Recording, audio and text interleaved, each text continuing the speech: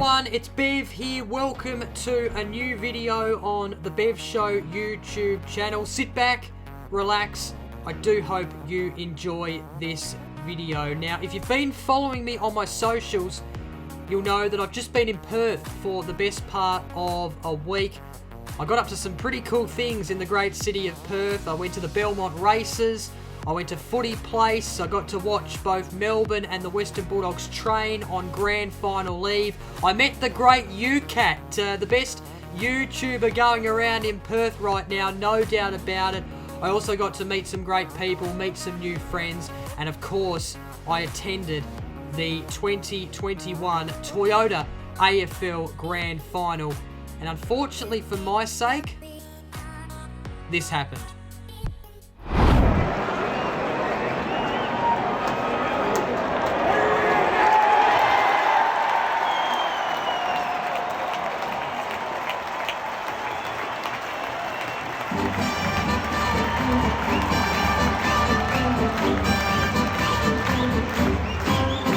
It's a grand old flag, it's a high-flying flag, it's the emblem for me and for you. Yes, the Melbourne Demons, they broke a 57-year premiership drought on Saturday night at Optus Stadium with a 74-point win over my beloved Western Bulldogs. Now, I did do this post-match in another video, which you can watch on my socials, TikTok, Instagram, and Facebook if you haven't already. But I want to do it again in this video. Congratulations to Melbourne, their players, their staff, and of course, their supporters and fans that have waited a very long time for this, have had to go through a lot of hurt and pain to get to this point.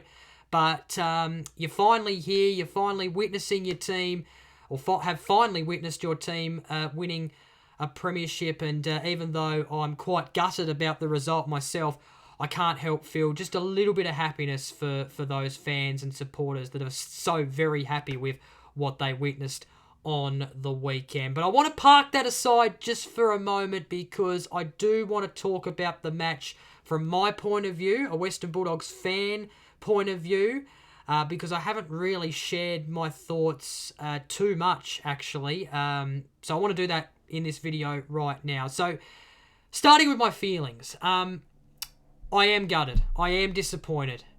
Very disappointed, no doubt about it.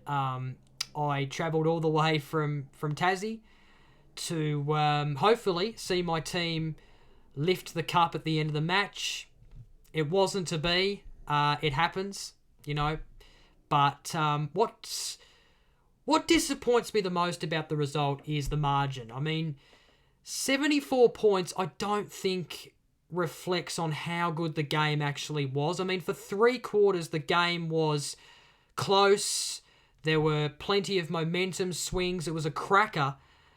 And it wasn't until the last minute of the third quarter where the game got turned on its head by Melbourne. They started to scruff the game by 2 hands and control it and win the game and lift that cup. Just recapping the game a bit more from my point of view, I was a bit concerned in the first quarter. The Dogs, they looked nervous. They looked jittery. They made a lot of mistakes that turned into goals for Melbourne. The Dogs' first goal didn't come until the 16th minute mark of the first quarter, when Rourke-Smith was able to bounce one through the open goal. It was 4-1 at quarter time. It's fair to say the Dogs, they really needed to have that quarter time break and compose themselves, because they really did look nervous, not really living up to Melbourne's pressure at all in that first quarter. But boy, did they really compose themselves in the second quarter. I mean, that second quarter was the best part of the grand final for me. I mean, if I ever look back on the replay, I will go straight to the second quarter, because that was the best part of the game for me. The Dogs just played superbly well in that second quarter. Treloar kicked back-to-back goals. Bonampelli started to tear the game apart. He took a couple of big marks and kicked a couple of big goals. The Dogs were able to outscore the D's in the second quarter. It was 6-3 to 1-4. And the Dogs had the momentum going into half-time, and then they brought that momentum back out in the first half of the third quarter, where they scored the first 2 goals of the quarter. But I thought, even though they had majority of time in forward half in that first bit of the third quarter, and they also had plenty of possession, I felt like they didn't put it on the scoreboard enough. And then, of course, the 16th minute mark of the third quarter was where the game changed and Melbourne started to get a run on, and Fritsch scored a couple of goals. Ben Brown chimed in. Brayshaw kicked the goal to put the D's in front, and then all of a sudden you thought, gee, it's going to be game on in the fourth quarter here. But then I wasn't ready for what happened in the last minute of the third quarter, and I don't think anyone was. I don't think anyone saw it coming. I mean, the D's just went bang, bang, bang. I mean, it was a click of the fingers. The game instantly changed just like that, and the D's took the game away just like that. And look, at three-quarter time, even though it was a 24-point margin, I wasn't writing off the Dogs at all, because I knew we had seen plenty of momentum swings in this game to suggest that the Dogs could come back from this. But reflecting on the game right here, right now, that was where the game was won. That last minute of the third quarter, that was where the D's won the game.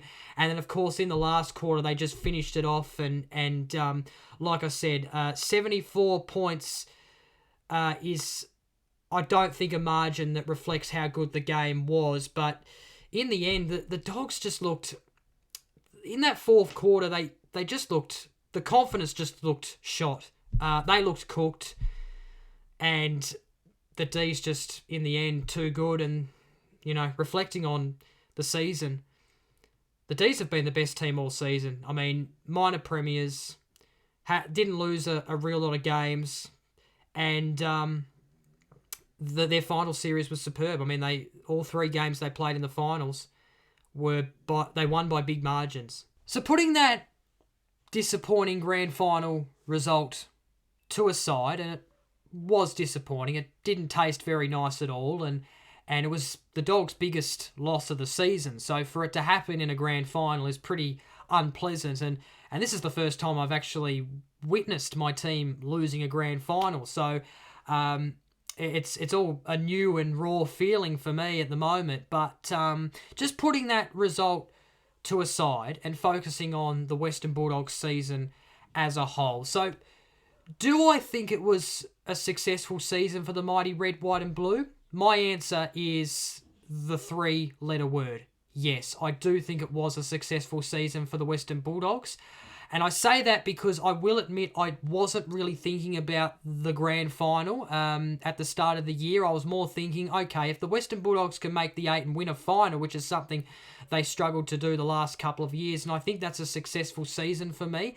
I just thought they might have been a year off making the grand final, but they exceeded my expectations. I mean, they were in the top 4 for a majority of the season, in the top 2 for a majority of the season. In fact, yes, they didn't make the top 4 in the end. Yes, they dropped the last 3 games of the home and away season, but what was even more impressive was that everyone was writing them off against the Bombers. They won that game. Everyone was writing them off against the Lions. They were able to scrape through and win that game in what was a gutsy and determined win and performance. It was outstanding. And then that preliminary final win against Port Adelaide, they were underdogs and they probably produced their best performance of the season. And yes, they didn't, of course, win the grand final, but the way they got to the grand final I thought was inspiring, and I think I can be proud as a Western Bulldogs supporter looking at that aspect of their season.